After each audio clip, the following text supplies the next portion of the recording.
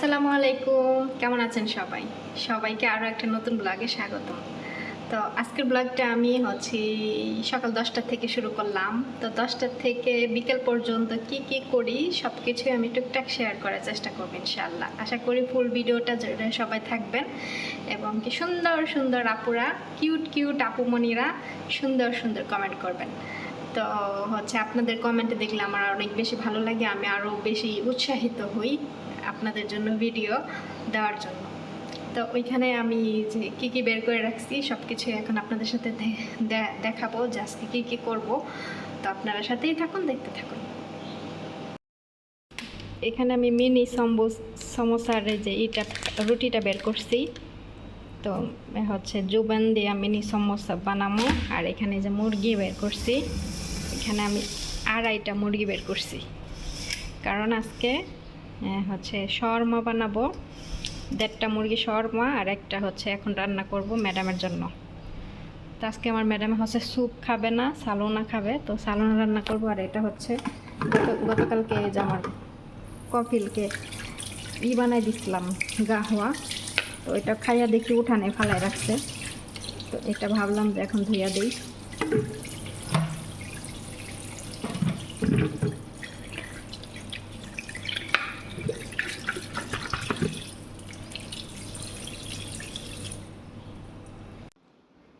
ভাবছিলাম যে আপনাদের সাথে টুকটাক রান্না বান্না শেয়ার করব। তো ভিডিও আর কি শেয়ার করব বলেন, মন মেজাজ এমনিতে খারাপ হয়ে যায়। এমনি রোজা থেকে কাজ করা হয়, তারপর আবার মন মেজাজ খারাপ হয়ে যায় ওনাদের উল্টাপাল্টা কথা শুনলে। সকালবেলা ম্যাডামে ফয়সালকে গোসল করাইতে গেছে। তো গোসল করাই দেখছে ওর পিঠে একটা আঁচড়, আর ওর ডান হাতে না বাম হাতে একটা আঁচড়ের দাগ। তো গোসল করানো শেষ হওয়ার পরে আমার কাছে আসছে, ওরে নিয়ে ফয়সালরে নিয়ে দেখাইতেছে যে ওরে মারছে কে। যে আমি মারছি মনে হয় ওরে। পরে আমি বললাম আমি তো জানি না, আমি দেখি নাই ওরা এরকম। পরে যাই হোক, তারপরে বলতেছে যে মেয়েদের কথা, ওরা আবার মাঝে মাঝে ওরা কি করে, ওই যে চার্জারের তার আছে না, ওইটাতে বাইরায়, ঠিক আছে, ও কথা না শুনলে চার্জারের তার দিয়ে বাইরায়। তো যাই হোক গেল, আবার হাজব্যান্ডের কাছেও কইছে যে ওরা কে জানি মারছে, পুরাই যে আমি মনে হয় ওরা মারছি। কারণ আমি যদি ওরা মারতাম তাহলে ওর দাগ হয়ে গেছে যেভাবে, তো ওই হয়তো কান্না করতো, তাহলে বাসায় দেখতো না যে ও কান্না করতেছে, কোনো শব্দ কিচ্ছু নাই। যাই হোক গেল। এখন আমি আবার ওর হাত চেক করলাম, ওর হাতে দাগ নাই, দাগ মিশে গেছে। এই কয়েক ঘন্টার মধ্যে দাগ মিশে গেল। ও এই এই যে অটিজম পোলাপান রাগ উঠলে নিজের শরীরে নিজে আঘাত করে। ওর যখন রাগ উঠে ও করে কি পুরা বাড়ি দৌড়াদৌড়ি করে, তারপরে দেয়ালের সাথে মাথা ঢুসায়, দেয়ালের সাথে হাত পাও ঢুসায়। আবার ওর হাতে বড় বড় নখ দিয়ে কি করে ওর শরীরে করে। ঠিক আছে, তাহলে আমার ম্যাডামের কি একবারও জ্ঞানে হইলো না যে ও তো একা একা এরকম করে? তাইলে ও হয়তো নিজে নিজে কিছু করছে, এর জন্য হয়তো হাতের নখ বড় বড় আছে, হয়তো পিঠে নিজে জিদ করে করছে, কিংবা চুলকাইতে গেছে। তাইলে ওর শরীর ভরা হলো চুলকানি। ওর বড় বোনের দুজনের শরীর ভরা চুলকানি রোগ। ঠিক আছে, শরীরে বড় বড় ওই যে কি বল পিম্পল চুলকায়, ওগুলো ওদের লাইট বয় সাবান আইনা দিছে মেয়েদের গোসল করে ওগুলো দিয়া। তো যাই হোক, তো কি জ্ঞানে হইলো না যে ও তো এরকম করে, নিজের শরীরে নিজে আঘাত করে, তাহলে হয়তো এরকম হয়েছে। তো মেয়েরা আসলে জিজ্ঞাসা করবো যে ওরা করছে কিনা। ওরা যদি না করে তাইলে পুরা দমে আমার উপরে 10টা চাপাইবো যে আমি করছি, আমি ওরা মারছি। আচ্ছা যাই হোক, আমি অপেক্ষায় আছি যে মেয়েরা আসুক, আসার পরে কি বলে, তার আমাকে কিছু বলে কিনা এটা আমি অপেক্ষায় আছি। যাই হোক, এখন আসে নাই। তো এখন আমি ওর হাত চেক করলাম ফয়সালের, ওর হাতে দাগ নাই, দাগ মিশে গেছে। তো কয়েক ঘন্টার মধ্যে কি দাগ মিশে গেছে? ও নিজে নিজে আঁচড় দিছে, এর জন্য দাগ মিশে গেছে। কারণ নিজের শরীরে আঁচড় দিলে ব্যথা পাওয়া যায় না, অন্য কেউ দিলে ব্যথা পাওয়া যায়। আর অন্য কেউ যদি ওর এভাবে আঁচড় দিত তাহলে ওর দাগ এত সহজে মিশতো না। ঠিক আছে, দেরি হয়তো। ও নিজে নিজের শরীরে আঘাত করছে, এর জন্য দাগও তাড়াতাড়ি মিশে গেছে। কারণ নিজের ব্যথা নিজের লাগে না, বুঝতে পারছেন? তো যাই হোক, দেখি ওর মেয়েরা আসুক, এখন আইসা পড়বো। আসলে কি হয় না হয় আবার আপনাদের সাথে শেয়ার করবো না যে কি বলে। বিকেলবেলা রান্না করতে চলে আসছি। তো এখন বাজে মানে ৩টা বাজে। আমি একটু ঘুমাইছিলাম, ঘুম থেকে উঠে এই মাছ দুপুরবেলা নিয়ে আসছিল। তো আমি এই মাছ মশলা দিয়ে মাখায় রাইখা তারপরে গেছি হচ্ছে ঘুমাইছি একটু। এখন মাছগুলারে আমি হচ্ছে ফোড়নের ভিতরে দিছি ফ্রাই করার জন্য। আর এখানে আমি রুটি বানাবো। তো আজকে আমি হচ্ছে শর্মা বানাবো, যেটা আমি ৩ কোনা ডিজাইন, যেটা আমি বানায় থাকি সব সময়। তো ওইটা বানাবো, এর জন্য আমি রুটিগুলো আগে বানায় নিব। তো এখানে আমি গুনে গুনে 7টা রুটি বানাবো। তো 7টা রুটি মাঝখান থেকে কাটলে হবে 14টা। তো কাজ করতে করতে আসেন আপনাদের সাথে ফয়সালের বিষয়টা শেয়ার করি। তারপরে হচ্ছে ম্যাডামের মেয়েরা স্কুল থেকে আসলো, আসার পরে মেয়েদেরকে জিজ্ঞাসা করছে। তো মেয়েরা বলছে যে আমরা জানি না। তো তারপরে সব মেয়েদেরকে রান্নাঘরে ডেকে আইনা আমাকে রান্নাঘরে ডেকে নিয়ে তারপরে বলছে যে ফয়সালের হাতে হয়েছিল সকালে, এখন নাই, মানে দাগ মিশে গেছে। তো ফয়সাল এখন অসুস্থ, ওরে দেখে রাখতে সবাই, ঠিক আছে? মানে ও কোথায় যায় কি করে এগুলো দেখে রাখতে। এখন আমি যদি তখন বলতাম যে আমি এই বাসায় কাজ করতে আসছি, আপনারা কি আমাকে আনছেন ফয়সালকে দেখাশোনা করার জন্য না বাসার কাজের জন্য? কারণ আমার পক্ষে তো ওরে দেখা রাখা তারপরে কাজ করা দুইটা করা সম্ভব না। ওই বাসায় হচ্ছে আগে 6 জন মানুষ ছিল, এখন বাচ্চা সহ 7 জন মানুষ। প্রত্যেকটা কাজ আমার হাতে। তো আমি আমার কাজ নিয়ে ব্যস্ত থাকি। ফয়সাল সারা বাড়ি ভইরা দৌড়ায়, খেলায়। আমার তো ওর পিছে পিছে দৌড়ানো সম্ভব না কাজ রাইখা, তাই না? তাহলে এখন কথার পরিবর্তে যদি আমি কথাগুলো বলতাম যে আমাকে যদি ওরে দেখাশোনার দায়িত্ব দেয় তাহলে আমি ওরে দেখবো, খালি ওর পিছনে আমি লাইগা থাকবো, অন্য কোনো কাজ করব না। আর যদি আমাকে কাজের জন্য নিয়ে আসে তাহলে আমি কাজ করব, ওরে আমার সব সময় দেখে রাখা সম্ভব না। হ্যাঁ, যতক্ষণ আমি রান্নাঘরে থাকি ততক্ষণ আমি ওরে দেখে রাখতে পারি। আর তারপর ও রান্নাঘরে আমি যদি কোনো রকম রান্না বসায় দেয় একটু, আমি অন্যান্য কাজ করি, পিছন দিয়ে ঘুরে দেখি যে ও গরম পাতিলে ধরতেছে, নাহলে গরম চুলা বন্ধ করে দিলে ও কি করে চুলার উপরে গিয়ে হাত দেয়। মানে আগুন মানুষ যেভাবে পোহায় না সেরকম করে, আগুন পোহাইতে যায় এরকম। তো ওই সময় যদি একটা অঘটন ঘটে তাহলে আমার কি করণীয় বলেন তো? আমি তো রান্নাঘরে একটা জায়গায় কাজ করি না, আমি রান্না বসায় দিয়ে ওইখানে থালা বাসন ধুই, নাহলে অন্যান্য কাজ করি। আবার অনেক সময় আমি রান্না বসায় দিয়ে কাপড় চোপড় ধুই, কারণ আমার এই বাসায় অনেক কাজ, আমার এক হাতে সব করতে হয়। তো আমি একটা কাজ নিয়ে আমি ঝুলে থাকি না।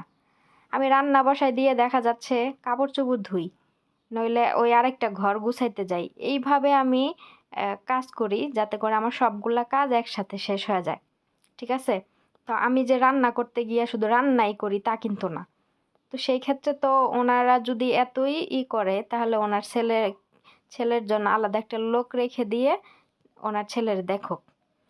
এখন আমার ম্যাডামের বাচ্চা হয়েছে, আচ্ছা আমাদের দেশে কি বাচ্চা হইলে কি মানুষের কোনো কাজ করে না?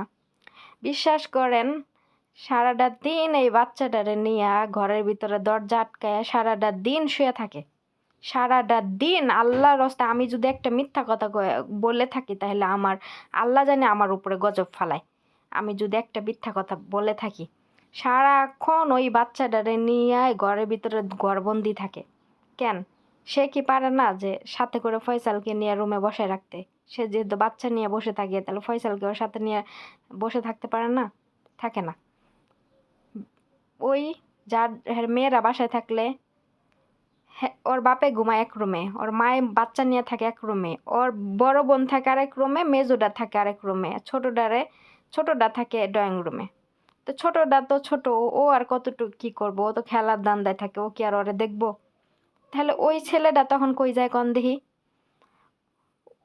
সবাই যদি দরজা আটকায়া ঘরবন্দি থাকে তাহলে ওই কই যায়? ফয়সাল কই যায়, কার কাছে যাবো এটা আপনারা বলেন।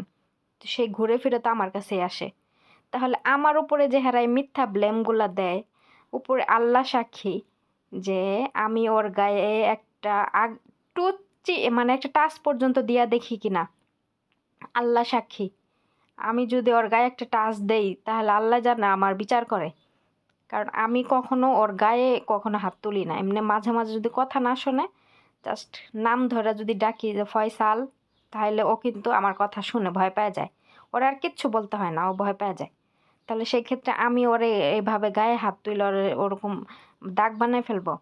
পরে লাস্টে ওনার হাজব্যান্ডের কাছে বিচার দিছে যে আমি ওরে মারছি।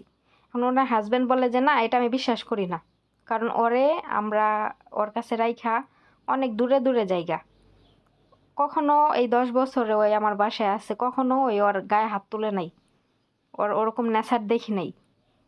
এখন উনি বলতাছে, ম্যাডাম বলে যে ওনার হাজব্যান্ড কেন মানে আমার সাপোর্ট করে।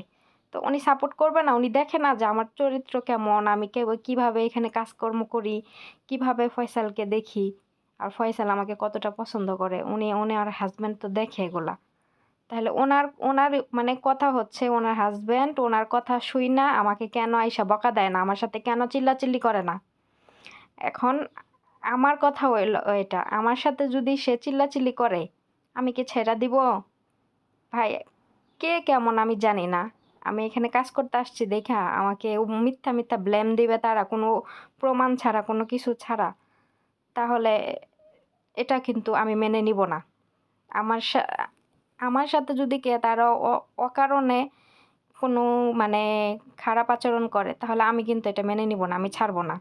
আমি ভয় পাই না কাউকে, আমি কাজ করি, কাজের পারিশ্রমিক আমাকে টাকা দেয়, এতটুকুই। এর বেশি যদি কিছু তারা করতে যায় তাহলে আমি অবশ্যই ছাড়বো না। কারণ আমি বাংলাদেশ থেকে আসছি, তাতে কি হয়েছে? আমাকে যা খুশি তারা তাই বইলা দেবে? কখনোই না। তো যাই হোক, তো ওনার হাজব্যান্ড বলে যে আমি ওরে যে গিয়ে ওর সাথে চিল্লাচিল্লি করবো, রাগারাগি করবো, কী কারণে করবো? প্রমাণ আছে যে ওই ওরে মারছে? প্রমাণ নাই। পরে আমরা যখন রাতে ঘুমাই, ঘুমানোর সময় অনেক সময় দেখা যাচ্ছে সকালে উঠে দেখি ঘর মানে শরীরে কিংবা হাতে একটা আঁচড়ের দাগ। এটা কিসের দাগ? হয়তো বা ঘুমের মধ্যে আমরা বলে থাকি যে শয়তানে আমাদেরকে আঁচড় দেয়। তো আমার ম্যাডামের হাজব্যান্ড ওইটাই বলছে, মানে ওনাকে বুঝাইছে যে হয়তোবা জিন আছে না, জিন হয়তোবা ঘুমের মধ্যে ওরে আঁচড় দিছে। ঠিক আছে? তারপরেও মহিলা বিশ্বাস করে না, মানে ম্যাডাম বিশ্বাস করে না। তো যাই হোক, আমি হচ্ছে ঈদের পরে আমি দেশে চলে যাব। আমি বলি না এখনও, বলবো ঈদের পরে, কারণ ঈদ আসছে, আমি এই সময় ঝামেলা করতে চাই না। আমি ঈদের পরে বলবো যে আমি বাংলাদেশে চলে যাব। চলে গেলে তখন আবার যাইতে দিবে না, বুঝছেন? আমি এরকম অনেকবার বলছি, তারপর আমাকে যাইতে দেয় না আর। কারণ তারা খুব ভালো মতোই জানে যে তাদের বাসায় আমি যেভাবে থাকি এরকম করে কোনো মানুষ এখানে থাকতে পারে না। আর প্রত্যেকটা পোলাপান অসুস্থ। কোন পোলাপানটা ভালো বলেন তো? কোন প্রত্যেকটা? ফয়সাল, আল্লাহ না করুক, বলতে হয় না, আমি তারপরে বলতে বাধ্য হচ্ছি, ফয়সাল অসুস্থ। ও হচ্ছে ওয়াশরুমে অনেক নোংরামি করে, আরও অনেক কিছু করে, যাই হোক ওগুলো নাই বলি।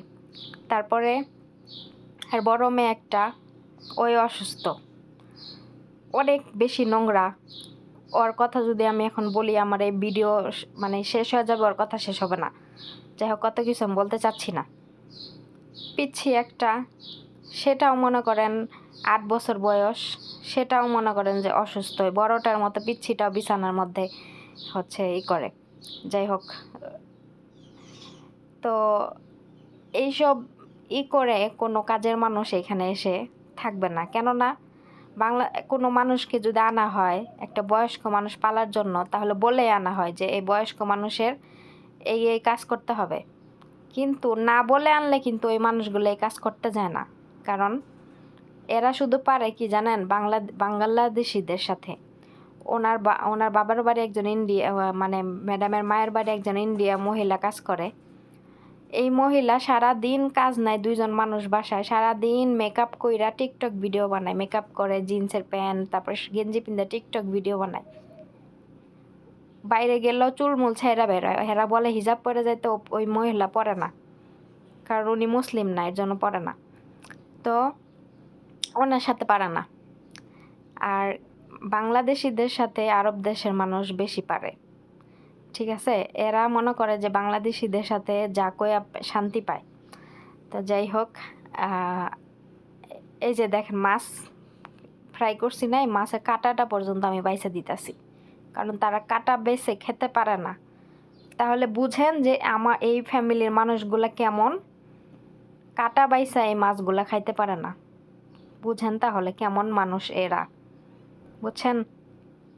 একটা জিনিস কাইটা খাইব না, একটা জিনিস ধুয়া খাইব না, আমি যে পর্যন্ত রেডি করে দিব না। কেন ভাই, কাজের মানুষ থাকলেই কি তোমাদের কি কোনো মানে নিজের সংসারে কোনো দায়িত্ব নাই? করবে না, করে না। এরকম মানুষ, সব কিছু আমার উপরে। তো যাই হোক, আমার না মিথ্যা কথা ভালো লাগে না, বুঝছেন? মিথ্যা কথা ভালো লাগে না। আর ফয়সালকে নিয়ে যে যখন আমাকে এই কথাটা বললো, আমি নিজে বলদ হয়ে গেছি। আপনি দেখবেন যে আপনাকে হুট করে একজন মানুষ যদি আপনি যেটা না করেন নাই সেটা যদি ব্লেম দেয়, তাহলে আপনি কিন্তু নিজে মানে হতবাক হয়ে যাবেন, বলদ হয়ে যাবেন। এই দেখেন ও আমার পাশে বসে আছে। আমি ওরে আদর না করলে, ভালো না বাসলে কি ও এইভাবে আমার সাথে থাকতো? আপনারা তো ভিডিওর মধ্যে দেখেনি যে ও কিভাবে আমার সাথে থাকে। তাহলে একজন মানুষের যদি সারাক্ষণ দূর করি, আদর না করি, তাহলে কি ওই মানুষটা কি সাথে থাকে? কখনোই থাকে না।